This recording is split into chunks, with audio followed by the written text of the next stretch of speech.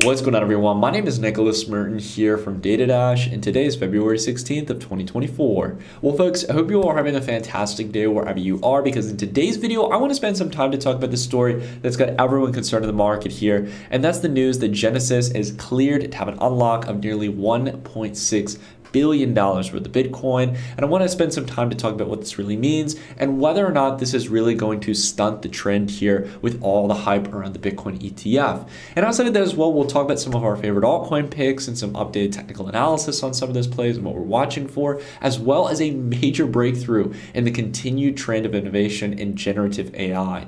Something that I think you guys should definitely be paying attention to when it comes to some of the big ramifications that this technology is going to have. So we got a lot to talk about in today's video, so if you happen to enjoy it, consider dropping a like, and let's go ahead and kick off the rambling. All right, I want to go ahead and talk about this story, guys. So for those of you who may not know, Genesis has been going through a bankruptcy proceeding. Genesis is a massive company in the crypto space, one of the big heavyweights and behind the scenes in the crypto space when it comes to lending facilitation for a lot of the exchanges, for market makers, for a lot of different major entities in the crypto space.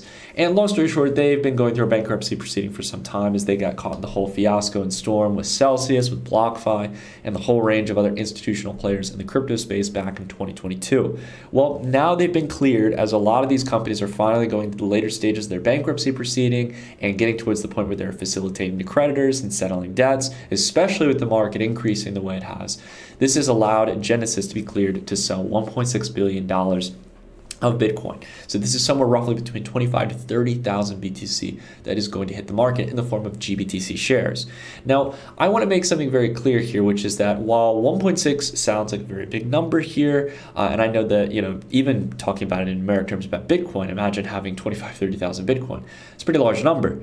The big thing here I want to be clear about, guys, and I think it's the reason the market price action, while it has definitely stalled here over the last, say, 48 hours, at the same time, this isn't something to really panic about. And the reason why is because we've already been generally seeing outflows from GBTC throughout history. And the main thing is overall is that while we might have a couple of days here where the overall ETF flows are neutral or maybe slowing down a bit, I think that they're going to sell these GBTC shares over time over the next couple of days. That's generally how the overall Genesis as a company and stuff has generally approached things. Even with the GBTC, when there was essentially the discount, they didn't unload a lot of Bitcoin out of the product. Instead, they focused on basically distributing slow and small amounts here. So we saw a tick up here in GBTC yesterday. Most of the other days were probably tracking at around 1.3K Bitcoin outflow. In this case, that doubled up to 2.6. However, if you take a look across the board at BlackRock, Fidelity, and ARK, they are still eating these ETF outflows. So again, this dynamic has really changed here, guys. Like, this is an important thing to note. And while I like to point towards GBTC and how we have to keep track of it, at the same time, it's getting outweighed by new inflows. And we broke over 700,000 Bitcoin in various different ETF products, including GBTC, of course, right? So that's not entirely new. But again, I think this is definitely important here, whereas we had a roughly neutral trend for the first month, we're now starting to pick up the pace, even on some of these days where there's a pretty big outflow from GBTC. And the other thing I want you guys to bring your attention towards is the Bitcoin on exchanges. So if we take a look here, Bitcoin on exchanges had been relatively flat here. I mean, we still had a sort of decline here by about 0.25, 0.8%, depending on what time frame you're talking about, back here from, say, December 2022. But really, when you consider, like, from where we were at rock bottom, we were at 12.2% for the amount of Bitcoin supply that sat on exchange accounts, including Binance, Coinbase, Bitstamp, Kraken, you name it. Well, now that number, while it had been pushing relatively sideways for some time, is really starting to tick down here at around 11.88%. It seems like we're getting a bit of trend direction here, and that's what those ETFs are doing, guys. It's clearing through the order book. They are buying up Bitcoin early in the AM and adding it into new new various different types of Bitcoin shares, the iBit, iShares, BlackRock ETF, etc. So again, this is definitely something to watch here. And we also tend to find over time those outflows are matched with general price appreciation in the market, right? Because you're contracting the supply, the order book's getting thinner. Obviously, there's buy-side pressure on the spot market and OTC for these BTC. It just adds upward pressure here. So my main point, just to kind of in closing here, I don't think that this is going to be the end-all be-all for Bitcoin, at least this one event. I have my sights set on a much bigger potential event, and that is the concerns around eventually Mt. Gox creditors getting settled. There's a much larger portion of Bitcoin that could be hitting the market. And I'll just put it this way, that we saw in 2017 that opportunity was taken advantage of. It was what signaled the top in the market, and the creditor process for the bankruptcy proceeding for Mt. Gox, which has gone on for a very long time, is finally now coming to fruition. There's been some recent updates over the last few months here. They're signaling here that people are going to be compensated both for their Bitcoin, but also various Bitcoin Cash and other related altcoins or forks of the Bitcoin network. So again, that's 137,890 BTC. Much bigger here. I think this is going to be the real big test eventually here in the near term as to whether or not the ETF will be able to, basically take in all this existing supply that's going to hit the market eventually. When will that happen? No one knows exactly. Time will tell. But I think that the best thing to look for in regards to price action is a revisit here to the Lux Algo support band. Once you've had a couple days clearing through the resistance band on the daily, it's very likely that price will probably cool down here as the band is coming up, and probably find some support around 48 to around 50K in that range, generally speaking. So I don't expect a really significant pullback just yet. If we see a break on that support band, that's when things might get interesting to the downside, but we'll see. Next up, I want to talk here a little bit about Total 3. Now, Total 3 broke out to new relative highs, its highest price range we've seen since back in May of 2022. We see that we're sitting around $540 billion. And I think, again, same case scenario here. I expect that with the GBTC outflows that will be coming here from Genesis, I expect that we're going to see a nice 2 or 3 day pullback here, nothing too significant, and probably coming into that green band, which is coming to provide support, probably right around that big even level of around 500 billion. Maximum, maybe possibly the upside here is around 520 billion. But that would generally be finding support on prior resistance, a good thing to see here in order to give us that ability to have the next leg up for altcoins. Again, I think it's priority here to focus on the strong narratives. It's to focus in on the plays that are really going to be able to carry forward. And one of those plays, again, as I've talked about in the last video, just took off again yesterday, another 20% after we published our video on Wednesday. And that was Stacks. Stacks had a really nice run here, 20%, but now it looks very top heavy. Looks like it's cooling down a little bit. I would be watching again for this to come into potentially the Lux Algo support band, or maybe even just tap kind of on the top of it. But I think that there's a good chance that you get a couple of days of red here after this kind of price acceleration. This is much faster than most of the runs we've seen before. And when we get these kind of moves, these nice big blow-off candles of say 20%, 21%, for example, back here, this 40% move in December, a couple days of red, and usually a revisit into that green band. It's usually a good entry range here. So we're going to be keeping an eye on that here. Time will have to tell, but I have to say that that's a kind of a range that I'd be potentially looking for. We'll see how things play out though. Now, you guys are probably seeing through the video that I've been using this kind of green-red support band thing. This is the Lux Algo Signals and Overlay Indicator. We use it here on our technical analysis, both here on the channel, but also as well in the Dash report. And if you guys are interested to check out Lux Algo, it's one of many indicators you guys will get. You can always try it out. It's indicator suites, for 30 days, risk back, money back guarantee. So basically you can give it a try, see if it works for you. I recommend using it when it comes to crypto markets on the daily and weekly time frame. But when it comes to traditional equities or commodities and longer term markets, even Forex, I recommend leaning more towards the weekly and monthly, longer term time frame trend shifts for some longer term swing opportunities. But definitely check that link down below in the description. You guys can give it a spin and let me know what you think about it down below in the comments. But the main thing here, again, overall Stacks, just kind of bringing this back into perspective here. We are again outside of the wedge here. This is good to see. I want to see this weekly candle hold here. You can see that we faded some of those gains. That's why you don't have to FOMO right into it. We're waiting here for the much more bigger move over the long term. And I think that, again, if this can hold here this week and the candle doesn't get faded too much, then we've got the opportunity to continue springing higher. But I would like to see that test down into the support band of the dollar chart. All right, so I want to go ahead and again emphasize here, there's a couple different things that I'm watching. We've got Render. Render set a new relative, or I think even maybe, no, not new all-time highs, but got back up again to the similar range where it was back in 2021. Really nice build up here, new relative highs here for this cycle move. And again, I think as we get an altcoin pullback, you can also watch this one for a retest of the green support band, probably around here around 480 on a pullback, and then that allowing it to have the framework to continue expanding higher. The reason why I want to bring up Render here is because I want to step a little bit outside of crypto. You guys know kind of where our focus is in the altcoin market right now, Bitcoin infrastructure, DePIN or decentralized physical infrastructure networks. So those that are servicing GPU power for resources like, for example, generative AI, etc. And also meme coins are also one of those topics we're keeping an eye on.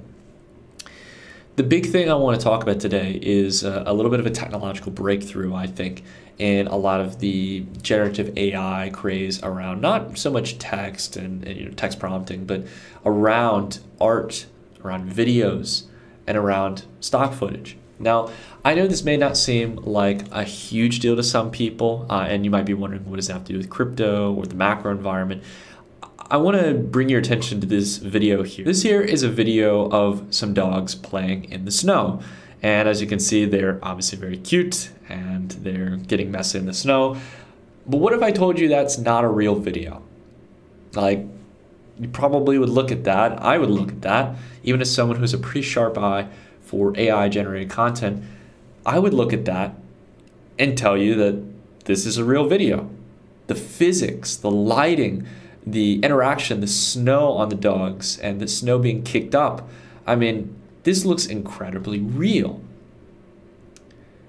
But this is not altered in any way. This is a simple text prompt that generated this video. This is a new model that came out of OpenAI called Sora. OpenAI is the company that brought you ChatGPT, and they also brought DALL-E. Now, usually, I've always felt that Midjourney and a lot of the other AI companies out there have done a better job than, say, DALL-E and some of the other models that OpenAI generated. They kind of led in text-based generation.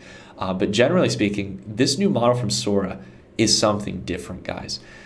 Take a look at this video here. This is from the website. And again, these are unaltered. Now, I have no doubt that these are the hand-picked ones from the team. They are probably the better examples, and there's probably a lot to work on. I've seen some of the videos where people have shown some really great examples, some that didn't work too well.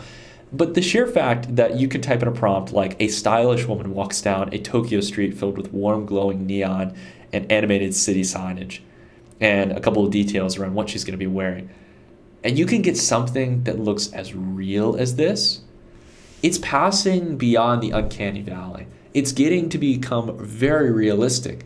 And what I think here above all is that similar to generative AI, I think initially, it's already disrupting some pretty substantial industries. You have the industry of stock footage, which is a multi-billion-dollar industry where people pay stock imagery, which has already been kind of disrupted by generative AI. But now with generative video, this is, again, going to further disrupt the creative field.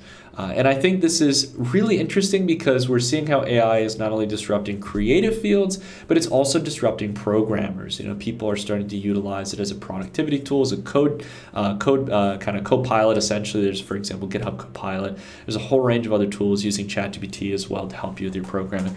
My main point here is that this is going to allow for a lot of value creation over the next couple of years. And I have to be completely honest here, someone who used ChatGPT back in October 2022 and has definitely, and I think rightfully, pointed out some of the important caveats to AI. There are some clear flaws with it, yet it's not perfect. It isn't something you can just, for example, put input into and you're just going to create a billion-dollar company. It is, however, an interesting productivity tool, and it is something that is definitely going to allow for people to get things out in a streamlined fashion. Now, again, if you look at the nuances and details, you can see that there are some, awkward things maybe within the videos. You can see, for example, some of the frame issues, or see some of the movement on some of the individuals might look weird or out of place. But this is, again, just the beginning here for some of this technology. And if you think about how far it's come since a year ago for generative video creation, it's leaps and bounds better. So I think that, again, the models are just going to continue to get better here. And this is going to be really disruptive technology. And I think you can start to see this reflected in the equity prices of a lot of companies. I mean, this just came out today.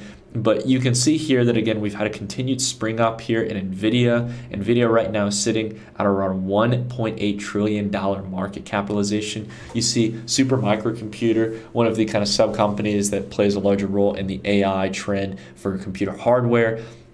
And a much smaller company here in the grand scheme of things, and definitely doesn't do anywhere near the revenue as well as the income that NVIDIA does. But you can see here that this stock has just been on a tear from around back here in January at $340 a share up to $1,000. So the mania around this is getting crazy, guys. And I think that it does speak to one thing which is true, which is at least at a minimum here in the near term, there is a huge imbalance between the demand for these GPUs and computational resources versus supply. And that's why, again, I keep coming back here to talking about, out of all the deep end narratives, I think that Render is one of those places to watch. Right? Again, they're not a sponsor, they're not like a partner on the channel or anything. Wouldn't mind working with them in that case, but I'm just like making it clear here that, like, overall, Render, while it is coming up here towards its prior range of resistance in the last cycle, I think it's important to understand that some of these plays may well go beyond and continue from their current point. They may continue to rise higher, and it just depends here on how things play out on the AI trend. What I like about Render in this case is it kind of plays as a utility token within the core network, and essentially if there's more adoption, you should be generally seeing Render moving up as well. But anyways, I think there's just a lot of exciting things going on here, guys. And I try to remain as a healthy skeptic. I'm keeping in mind the macro as well. I think that there's, we're in a kind of Goldilocks period here for the next month or two, a little period of time where things will really maintain euphoric. My focus is on altcoins. I think that some of the plays we discussed here today are really going to be where the returns are. But outside of that as well, we also have to be careful, take profits along the way, not get caught in la-la land, and be smart about it. Protect our capital. Again, for those of you who stick around here to the end of the video, guys, I want you guys to always keep that in mind here, that that's the #1 goal, to make it long term. There's tons of opportunities to make money, but there are also tons of opportunities to lose money, just as much opportunities to lose your money. And if you trip up too many times, you can end up losing not only a large chunk of your portfolio, but life-changing money. So if you've already made a lot of great money over the last decade, don't get too worried about these kind of moves in some of these stocks and some of these cryptos. Make sure you have valid entries and setups here that are actually going to pay you forward and actually lead you winning in the long run.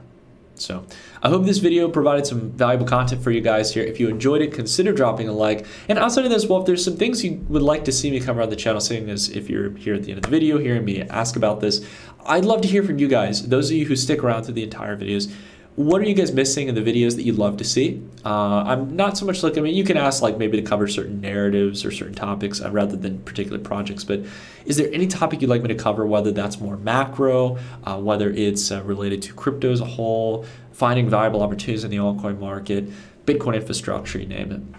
I'd love to do some interesting content on some of those topics and any that you guys would like to see. And if you see someone's comment that you agree with and you'd love to see a video on, drop a like on them so it brings more attention to it and I can really filter out what you guys really want to see on this channel. But thanks so much, guys, for tuning in as always. If you enjoyed this video, consider dropping a like. It's a great way to support the content here on this channel.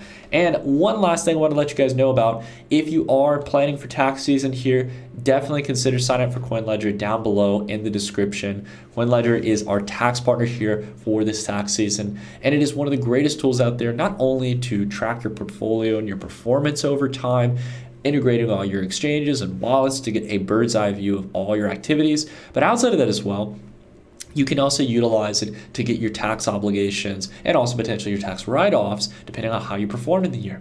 And with that, you can have a clear reporting sent off to the IRS or other tax authority in your jurisdiction. So it can be a streamlined process. And once you get things set up, so long as you don't use any other wallets or exchanges, which of course if you do, you can just add them later on, you can basically year by year have a full tracking of everything and be able to report it easily. And it's a relatively low cost platform and stuff, depending on the transaction volume. There's a couple different pricing tiers. It really depends on the amount of transactions that you're doing. So I definitely recommend you guys check out the link down below in the description. You get 10% off if you guys use my link down below. It's best to get ahead on taxes and not wait till the last minute. So I just wanted to let you guys know about that. But that's it for today's video, everyone. Thank you all so much for watching, and I'll see you guys in the next video on Monday. Take care, everyone.